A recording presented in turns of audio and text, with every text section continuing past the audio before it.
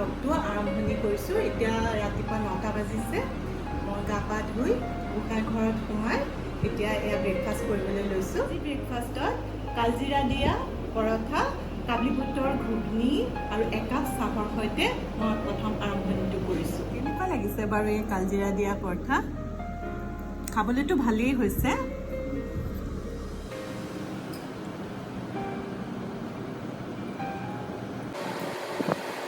কচু ফ্ৰাই, কাচকল ফ্ৰাই আৰু টেঙামৰা দি দালি এখন বনাই দেখুৱাম। আহকচোন তেতিয়াহ'লে চাওকহি মই কেনেকৈ বনাইছোঁ। আজি মই মচুৰ দালি, তাৰ লগত কচু দিছোঁ। তাৰপিছত মই টেঙামৰা দি পেলাই দালিখন বনাম। জলকীয়া, পাঁচফোৰণ অকণমান আৰু সৰিয়হ কেইটামান ফুটাই মই টেঙামৰা শাকখিনি তাতে দি দিম।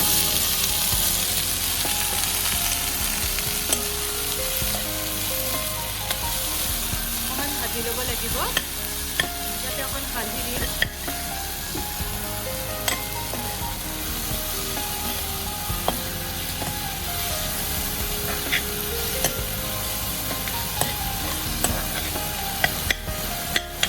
খাবলৈ দিম এতিয়া। এয়া মই এতিয়া দালিখিনি দি দিলোঁ। টেঙামৰা শাকখিনি ভালকৈ ভাজি লোৱাৰ পিছত দালিখিনি তাৰ ওপৰত দি এতিয়া তেল মাৰি দিয়া হ'ল মোৰ। অকণমান দেৰি উতলাৰ পিছতে মোৰ দালি হৈ যাব। এতিয়া মোৰ দালিখিনি উতলি আছে। দেখিছে কিমান সুন্দৰকৈ দালিখিনি উতলিছে আৰু কালাৰটোও বৰ ধুনীয়া হৈছে। অলপ পিছত নমাই দিব পৰা যাব। এয়া মোৰ টেঙামৰা আৰু কচু দিয়া দালি হৈ গ'ল। এয়া কাচকলখিনি মই দীঘলীয়া চেপত কাটি লৈছোঁ আৰু ইয়াত মই বেচন মিহলাই এইখিনি মই ফ্ৰাই কৰিম। এয়া মোৰ কাচকল ফ্ৰাই হৈ গ'ল। বেচন লেটিয়াই পেলাই বনাইছোঁ। দেখিবলৈ খুবেই সুন্দৰ হৈছে। আপোনালোকে যদি বনোৱা নাই তেতিয়াহ'লে এনেধৰণে বনাব পাৰে। এয়া কচু, এয়া দীঘলীয়াকৈ মই কাটি লৈছোঁ। আজি পিছে কটাটো ইমান ঠিক হোৱা নাই, তথাপিও ইয়াত অকণমান হালধি মিহলাই আৰু অকণমান জিৰা গুড়ি মিহলাই মই এইখিনি ডিপ ফ্ৰাই কৰিম। দীঘলীয়া চেপত মই কাটি লৈছোঁ। এয়া দেখিছে ইমান ধুনীয়াকৈ ৰঙচুৱা আৰু কৰকৰীয়া হৈ গৈছে। এয়া মই কচুখিনি তেলত দি দিলোঁ। মই হালধি আৰু জিৰা গুড়ি মিলাই লৈছোঁ। ইচ্ছা কৰিলে আপোনালোকে জলকীয়া গুড়ি মিলাই ল'ব পাৰিব। অলপ দেৰি ভজাৰ পাছত এইখিনি নমাই থ'ম মই। অকণমান ৰঙচুৱা হ'বলৈ দিব লাগে। এয়া মোৰ কচু ফ্ৰাই হৈ গ'ল। এয়া পাচলি দেখিছেনে? আজি বহুত পাচলি অনা হ'ল ঘৰলৈ।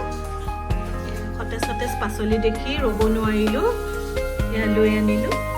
এয়া কাচকল, ঔটেঙা, টেঙামৰা শাক, ভেদাইলতা, কচু, কেৰেলা, জলকীয়া, গাজৰ, বিলাহী আৰু কেপচিকাম। এইবিলাক এতিয়া নেমু আচাৰে ধুব লাগিব। এইটো কি দেখিছেনে? এইটো হ'ল নেমু আচ। আপোনালোকে বহুতে চাকৈ ব্যৱহাৰ কৰিছে, ময়ো কৰি আছোঁ। মই ভালেই পাইছোঁ। ইয়াৰ পৰা 10 ml অলপমান পানীত মিহলাই লৈ পাচলিখিনি 15 মিনিটমান তিয়াই থ'লে, তাৰপিছত চাফা পানীৰে ধুই পেলালে পাচলিত থকা বীজাণুবিলাক অতি সহজে নাশ হয়। সকলোৱে এইটো ব্যৱহাৰ কৰা নাই, ব্যৱহাৰ কৰি চাব পাৰে। এয়া মই স্পাইচি হাক্কা নুডলছ বনাবলৈ ওলাইছোঁ। চাউখিনি মই অলপ বইল কৰি লৈছোঁ। এয়া মই কৰ্ণফ্ল'ৰ মিলাই লৈছোঁ চাহৰ লগত। এয়া মই ৰিফাইন তেল দি লৈছোঁ। তাৰপিছত মই চাউখিনি দি দিম। এয়া চাউখিনি মই দি দিলোঁ। মই চাউখিনি দি দিছোঁ।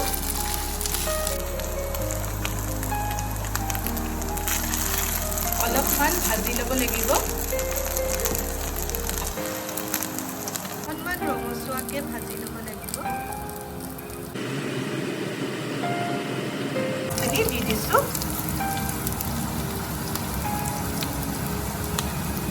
ওপৰতে অকণমান গাজৰ দি দিছোঁ।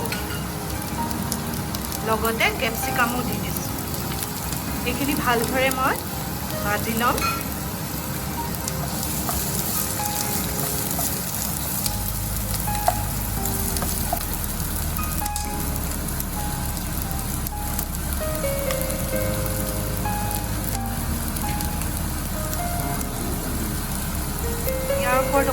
জালুক ছটিয়াই দিছোঁ।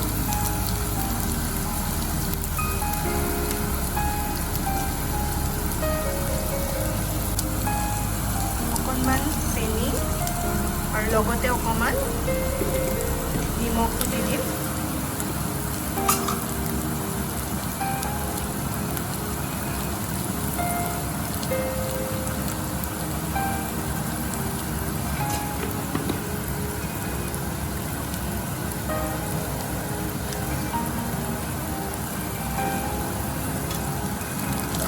অলপমান লৰাই দিছোঁ।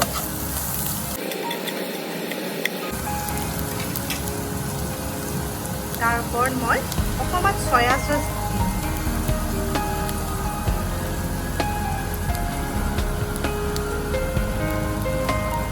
আকৌ অলপ লৰাই দিম।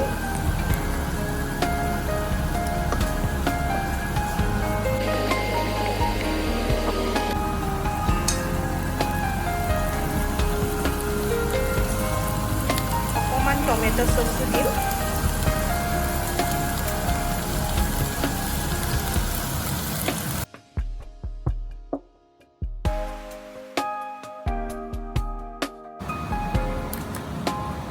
লাহেকৈ অলপ মই এতিয়া কাটি দিম।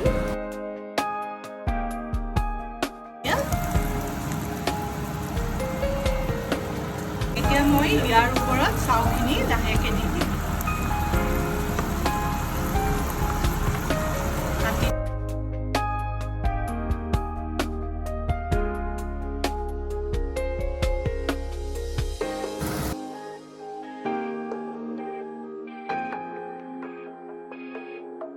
হৈ গ'ল। এইটো হাক্কা নুডলছৰ দৰে, কিন্তু অকণমান মোৰ নিজৰ মতে বনাইছোঁ। খাবলৈ খুবেই সুন্দৰ হয়। আপোনালোকে নিজে এবাৰ ট্ৰাই কৰিব পাৰে। যদি মোৰ ব্লগটো ভাল লাগিছে তেতিয়াহ'লে লাইক, কমেণ্ট, শ্বেয়াৰ, ছাবস্ক্ৰাইব কৰিব।